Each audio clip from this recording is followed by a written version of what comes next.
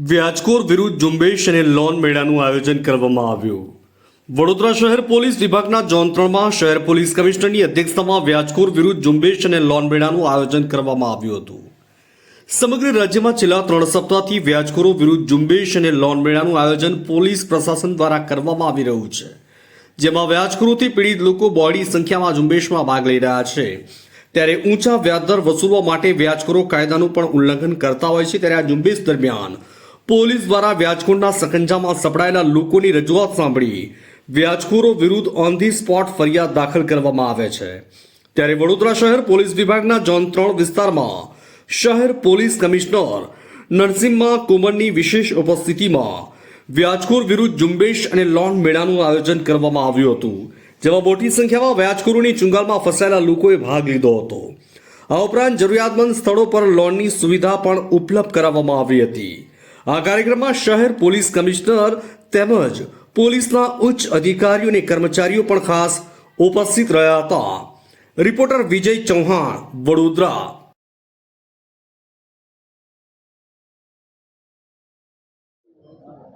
છેલ્લા 3 અઠવાડિયાથી સમગ્ર રાજ્યમાં વડોદરા સિટી ઇન્ક્લુડેડ એક ઝુંબેશ ચાલે છે ગેરકાયદેસર વ્યાજખોરી વિરુદ્ધમાં.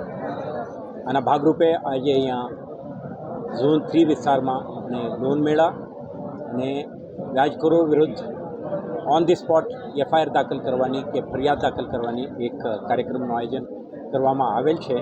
આ કાર્યક્રમમાં તમે જોઈ શકો છો ખૂબ મોટી સંખ્યામાં બેનિફિશરીઓ ઉપસ્થિત રહ્યા છે. આ કાર્યક્રમના હેતુ 2-3 છે. આપણે એક તો જે વ્યાજખોરો છે અનરજિસ્ટર્ડ એક્સેસિવ ઇન્ટરેસ્ટ લેવી કરીને લોકોને એક્સપ્લોઇટ કરતા તત્વો છે, એમના વિરુદ્ધમાં જો ભોગવનાર નાગરિકો છે આગળ આવે અને આપણે એમને મદદરૂપ થઈને એફઆઈઆર નોંધી એમના વિરુદ્ધમાં શિક્ષાત્મક કાર્યવાહી કરવાની, લીગલ એક્શન લેવાની પ્રક્રિયા હાથ ધરવામાં આવે. સાથે સાથે આપણે જરૂરમંદ લોકો છે એમને સરકારશ્રીના કેટલાક યોજનાઓ છે, સબસિડી, લો ઇન્ટરેસ્ટ રેટ અને ખાસ કરીને ટાર્ગેટ ગ્રુપ માટે જ ડિઝાઇન કરેલા પ્રોગ્રામ પણ છે. આ પણ એમના આ પ્લેટફોર્મની મારફતે એમના ઘર આંગણે એમને જાણકારી માટે લઈ આવી. આજે તમે જોઈ શકશો કેટલાક બેન્કો એમના કાઉન્ટર શરૂ કરી છે. બેંકના ઉચ્ચ અધિકારીઓ ઉપસ્થિત રહ્યા, વડોદરા મ્યુનિસિપલ કોર્પોરેશનના અધિકારીઓ અને ગુજરાત રાજ્યના કેટલાક અન્ય વિભાગના અધિકારીઓ ઉપસ્થિત રહીને લોકોને જાણકારી અને માર્ગદર્શન આપી છે. સાથે સાથે આપણે આ એક પ્રયાસ આ પણ કરી છે કે પોલીસ અને બેંક વચ્ચે એક સેતુ બનીને લોકોને જે જરૂરમંદ લોકો છે એમને આઈડેન્ટિફાઈ કરીને આ કાર્યક્રમ આયોજન કરતાં પહેલાં જ બધું લોન મંજૂરી કરવાની પ્રક્રિયા કરાવીને એમને આ પ્લેટફોર્મમાં સન્માનિત કરીને લોન વિતરણ પણ કરાવીએ. આજે તમે જોયું 40 જેટલા બેનિફિશરીઓ ઉપસ્થિત રહ્યા.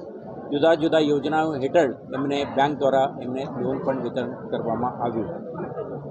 મને વિશ્વાસ છે કે જનજાગૃતિ વધશે અને જે જરૂરિયાતમંદ લોકો બેંક અને સરકારી ક્ષેત્રના જુદા જુદા ફિનાન્શિયલ ઇન્સ્ટિટ્યુશનને સંપર્ક કરતા લોકો ડરે નહીં અને આપણા પોલીસ ફંડ ફેસિલિટેટર તરીકે રહી એમને ઝડપથી એમને જરૂરિયાત મુજબનું નાણાકીય સહાય મળી રહે તે માટેનું લાભ પણ મેળવશે.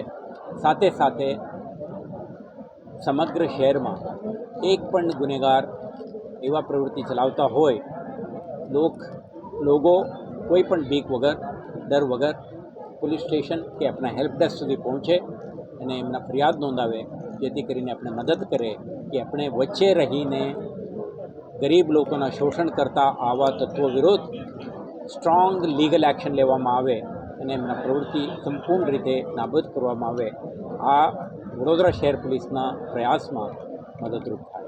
હું તમારા માધ્યમથી એ જ કહેવા માગું છું ફરીથી, ભલે તમે આ કાર્યક્રમમાં ઉપસ્થિત નથી રહ્યા, પરંતુ આવા તત્વોનો તમે શિકાર બન્યા હોય, કોઈ પણ પ્રકારના બીક વગર આગળ આવો, પોલીસ ચોપડા ઉપર કેસો રજીસ્ટર કરો અને આપણે મદદ કરો કે આવા એલિમેન્ટ્સના પ્રવૃત્તિઓ પર ઇફેક્ટિવ એક્શન લેવા માટે અને અન્ય કોઈ લોકોને આવા અનાનુકૂળતા ના થાય, શોષણ ના થાય તે માટે તમે એક ફરિયાદી તરીકે, સાહેબ તરીકે, સમુદાયના એક જાગૃત નાગરિક તરીકે આપણે સાથ સહકાર આપો તો આપણા આ ઝુંબેશમાં ખૂબ સારું રિઝલ્ટ આવશે.